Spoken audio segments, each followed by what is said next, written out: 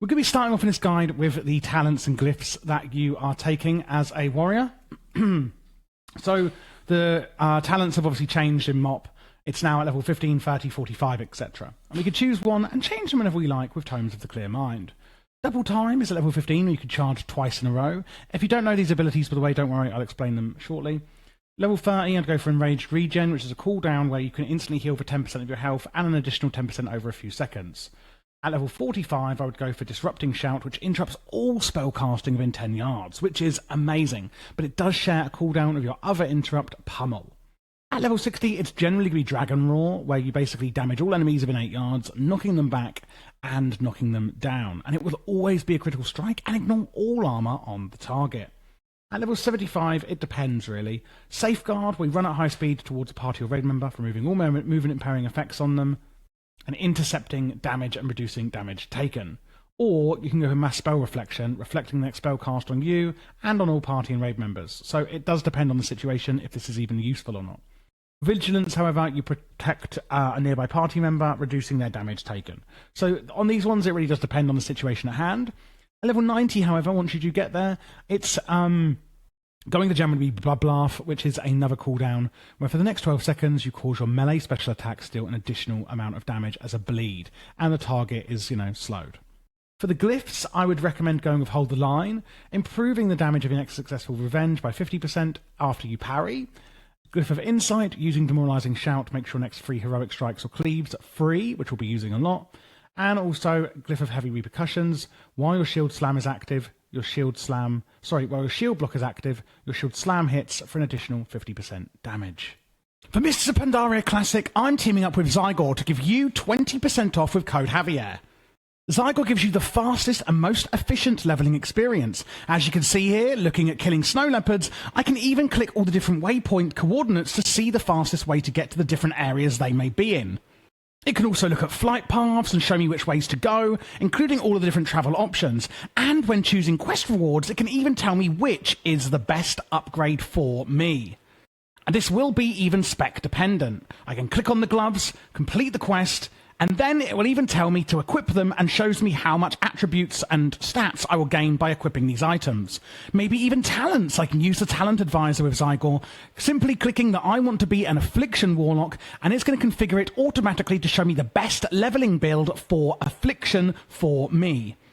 The fun doesn't stop there though, because it's available for SOD, Classic, Retail, Leveling. I can choose zones I want to go into, and it'll tell me how to get there and do all of the leveling in that zone, even if you're going back to old zones that you've leveled out of. Dungeons, dailies, events, reputation, gold making, professions, pets and mounts, and achievements you can use as little or as much as you like. And don't forget, you can get 20% off with code Javier and battle past everyone at lightning speed in Mr. Pandaria Classic. Moving on to the actual rotation itself, first of all, we're going to charge into combat. Once we are doing that, we're also going to use our Battle Shout, increasing the attack power of all party and raid members by 10% and lasts 5 minutes. It's also going to generate 20 rage, which is our main resource as a prot warrior. We're also going to be in our defensive stance, which is a tanking combat stance, decreasing damage taken, massively increasing threat gen, and generating 1 rage every 3 seconds whenever we are in combat. Next up, we're going to be using Shield Slam. Slam the target of your shield, generating 20 rage in defensive stance. The next thing we're going to be using is Revenge.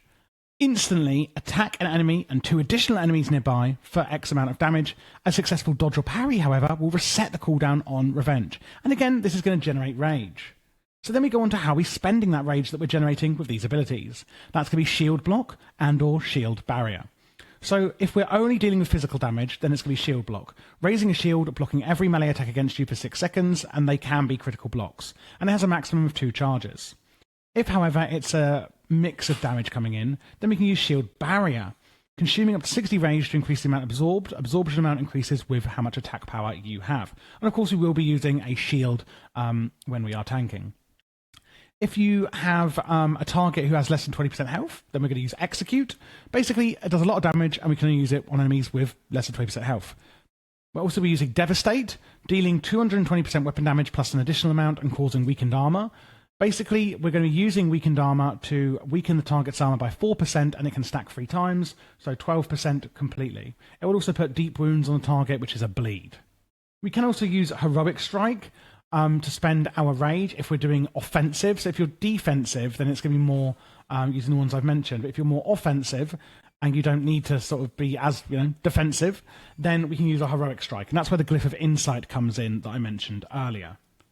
And we're just using this as a rage dump. We could also use Thunderclap, especially in AoE situations, blasting enemies within 8 yards, and giving the weakened blows effects, which will reduce the physical damage dealt by 10% for 30 seconds on your targets. And that's really the abilities we're going to be using mainly in order to generate rage, spend rage, and be defensive, etc. as a tank. We've got a lot of defensive abilities, etc. we can use. We've got Last Stand, increasing current and maximum health by 30% for 20 seconds. And we've also got Rallying Cry, temporarily granting you and allies 20% of maximum health for 10 seconds as well. But after the effect expires, the health, of course, is lost. Enraged Regen, where you instantly heal an additional amount. That's from the talents I mentioned. We've got Shattering Throw, throwing your weapon at an enemy, causing damage, reducing armor on the target by 20% for 10 seconds. And that's on a 5-minute cooldown. We then have our War Banners as well. The main one we're really going to be using here is Skull Banner, where we increase the critical damage of party and raid members of the banner by 20%. So we could put that down and keep that up at all times whenever we can in order to obviously enhance our combat prowess, but also our allies. Then we've got Ferocious Roar, I've mentioned in the talents. We can use that on cooldown. Bloodbath as well, and also Recklessness, granting your special attacks to give an additional 30% chance to critically hit. So a lot of nice ones there.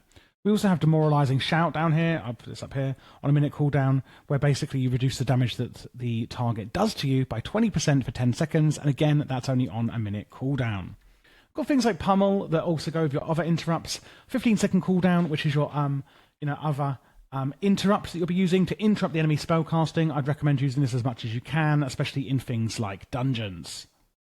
If we need to increase the survivability, we can also use Commanding Shout instead of Battle Shout, which increases our allies' stamina by 10%. One other thing we have is Berserker Rage on a 30-second cooldown, where you become enraged, generating 10 rage and increasing physical damage done by 10% for 6 seconds as well. So we've got a lot of cooldowns that we can use here. Another one is Shield Wall, which basically reduces all damage taken by 40% for 12 seconds. Then going on to the passives that we have Blood and Thunder, where your Thunderclap hits for 50% additional damage and applies Deep Wounds, which I've mentioned before. Deep Wounds is usually put on by Mortal Strike, Blood First, and Devastate, however. Our Mastery is going to increase our block chance, and our chance to critically block by 26%. The more Mastery, the higher the percentage, of course. And one thing to also be aware of is that your Devastate has a 30% chance of resetting the cooldown on your Shield Slam and increasing the rage it generates for a few seconds. We've got Ultimatum, where your Shield Slam also critically, when it does critical, makes your next Heroic Strike or Cleave cost no rage, so do be aware of using that Heroic Strike. Sometimes it will be free and a guaranteed crit. That's the one I'm telling you to use when you're being more offensive. So when it comes to the stat priority that you're going to want to hit, number one is going to be obviously Stamina to increase how much health, etc. you have. That's going to just come from eye level, pretty self-explanatory.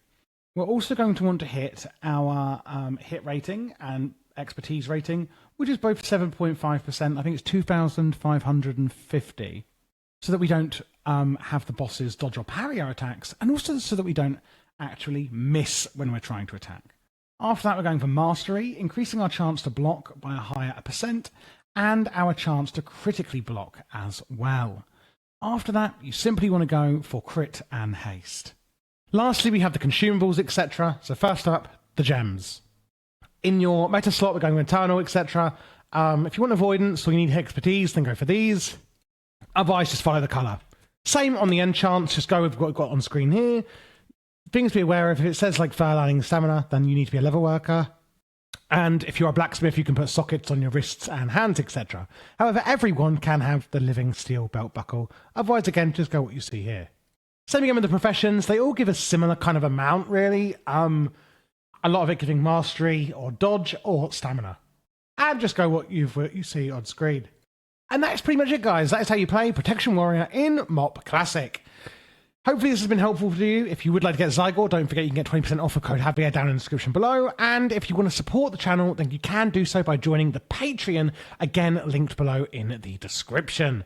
And if you're looking for other classes and specs to play, then don't forget the playlist you'd ask for screen has all of them there for you.